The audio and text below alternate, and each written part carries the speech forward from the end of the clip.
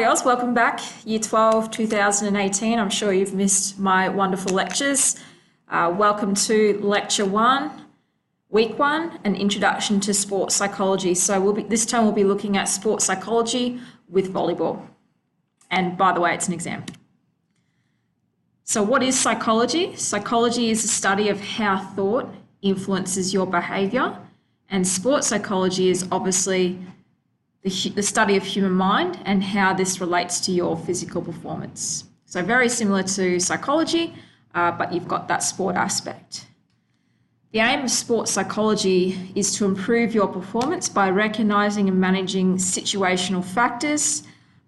You might be a little bit fearful because you're playing a better opponent, and we try and manage those situational factors that may have an impact on your motivation and confidence.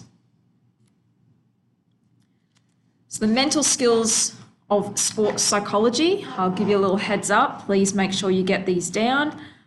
You will need to know these, and we'll be looking at some of these throughout the term. Very important for your exam. So you might have heard of imagery. Concentration, is vital. Motivation, self-talk. A lot of athletes use the self-talk skill. Performance routines, for example, when I'm playing basketball, I have set routines. When I shoot a free throw, I always dribble 3 times before I shoot the ball. That's my performance routine. Simulation training, perfect example, AFL and rugby league. Some athletes in those sports will put earphones in and have playing the crowd, a large crowd, so they can practice things like their goal kicking. So that's simulation training. Arousal and relaxation training. Goal setting, we know that's really important. Feedback and self-determination theory. So if we have time, we'll try and get through as many of those as possible, but I'll give you a clue. You need to know at least 3 of them really, really well and be able to apply them into your own volleyball performance. So what are the influences on performance? So sport performance, as you girls probably know, it's never consistent. Okay, no athlete in this world is 100% consistent. The standard of performance can vary from point to point, game by game, week by week, year by year. One year you're having a good year, next year you're ranked 100 in the world. But probably the largest contributor to an athlete variation in performance is definitely their mental ability. So that means, where is your head at? Okay. So there are 3 mental aspects that have a large influence on an individual sport performance. And I think you'd know these 3. So motivation, your effort and your persistence, and individuals willing to contribute. Most of you are all athletes. Some days you just cannot be bothered turning up and playing. You're just not in the game. Confidence, huge one. And that was probably my biggest barrier when I was playing basketball competitively. When I came up against girls that I knew were better than me or teams, I went into my shell a little bit. So confidence is the expectation and perception of success in a sport, which is normally a reflection on one's belief in their abilities. So you might come up against someone and think, oh, I'm not good enough, and your performance fluctuates. Okay? Or you might go into a game or an event thinking, yeah, I'm going to get beat here. Okay, you're lacking confidence because of the opponent.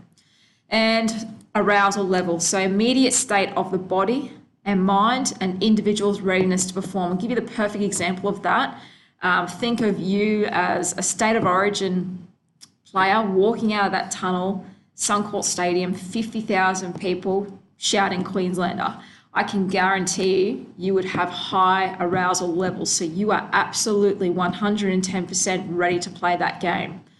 For homework down the bottom, girls, what I'd like you to do is think of an example in your sport where one of these aspects has either hindered or improved your performance. So I gave you my example of confidence. Like I said, I lacked confidence when I was playing against girls or teams that I knew were better than me. So what contributes to different performance standards? Look, obviously physical attributes play a role, okay? There are just some people, some players in this world that are better than others. However, Some athletes are better at knowing when to use their skills, how to manipulate skills during their performance, and they have, most importantly, the motivation and confidence to produce peak performance when it is required. All of the above are mental skills. Developing psychological tools to maximize sport performance is absolutely vital in sport today. That's why all elite teams have a sports psychologist. The Australian Institute of Sport has over, I think it's about 10 now, 10 full-time psychologists at their institute. You could not name one elite team that does not have a sports psychologist. It is so vital in sport today. Finding the right headspace before and during competition can be the difference to being the best player in the world or the best team to, a ranking of 50. And I put a picture of Bernard Tomic in. I think he's just a perfect example. He is obviously not in that right headspace at the moment. If you've heard in the media, it's reported that he is going to be in the, I can't remember the show, but the jungle. He's going to the jungle, getting paid over $1 million to be in that. I'm a celebrity, get out of here. That's what it's called. So he's getting paid over $1 million to be in that. Instead of playing in the Australian Open. So he's bagging out Tennis Australia, etc. in the media. He said something the other day about counting his millions or something like that. So he is obviously not in that right headspace. So sports psychology aims to target and optimize these three elements. So 1, 2, and 3. So that performers strive to succeed with the determination and belief that the body and abilities will produce the required performance. So confidence, motivation, and high arousal levels will equal optimal performance.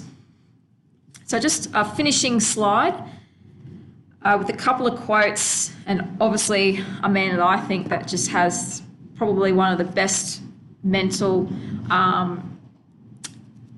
headspaces in the athlete world. So great performers have a strong mind, and at least 50% of the process of playing well is a result of mental factors. So mental skills is vital in being an elite sport person in today's society. Girls, don't forget your homework as well. Thank you.